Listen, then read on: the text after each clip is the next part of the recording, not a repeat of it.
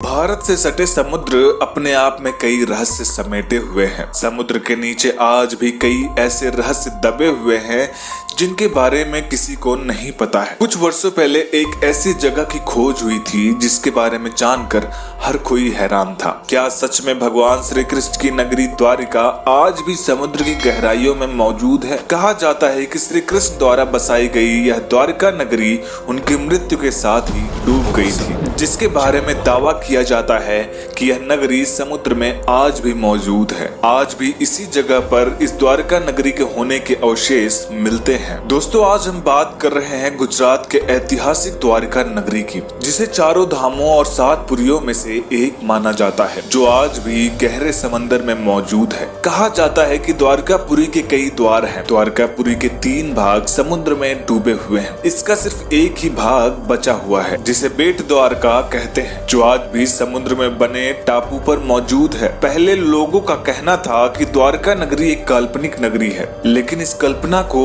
Archaeologist professor S.R. Rao ने सच साबित कर दिया। सालों पहले नेशनल इंस्टीट्यूट ऑफ ओशियनोग्राफी ने गुजरात में समुद्र के भीतर अपनी खोज शुरू की। तब उन्हें इस जगह पर प्राचीन द्वारिका से जुड़े हुए अनेकों अवशेष प्राप्त हुए। सन 1963 में प्रोफेसर राव और उनकी टीम ने समुद्र में 560 मीटर लंबी दीवार की खोज की, जहां उन्हें पौराणिक समय के कुछ बर्तन भी मिले और इसके अलावा सिंधु घाटी सभ्यता के भी कई अवशेष मिले। यहाँ पर हुई खोज से पता चला कि यह शहर चारों तरफ से ऊंची ऊंची दीवारों से घिरा हुआ था। ये दीवारें आज भी समुद्र की गहराई में देखी जा सकती हैं। मान्यता ये भी है कि इनके दीवारों में अनेकों दरवाजे यानी द्वार होने के कारण इसे द्वारिका नगरी कहा गया है। बताया जाता है कि भगवान श्री कृष्ण ने अपने 18 साथियों के साथ द्वारका आए थे। यहाँ उन्होंने 36 साल तक राज किया। इसके बाद उन्होंने अपने प्राण त्याग दिए। पर द्वारका के डूबने के 2 कारण बताए जाते हैं। पुराणों की माने तो जब महाभारत के युद्ध में पांडवों ने विजय प्राप्त की और उसके बाद श्री कृष्ण ने जब युधिष्ठिर को उनका राज्यभार समझाया, उसके बाद श्री कृष्ण ने अपनी द्वारका नगरी लौट जाने के लिए वो कौरवों की माता गांधारी से विदा लेने पहुंचे।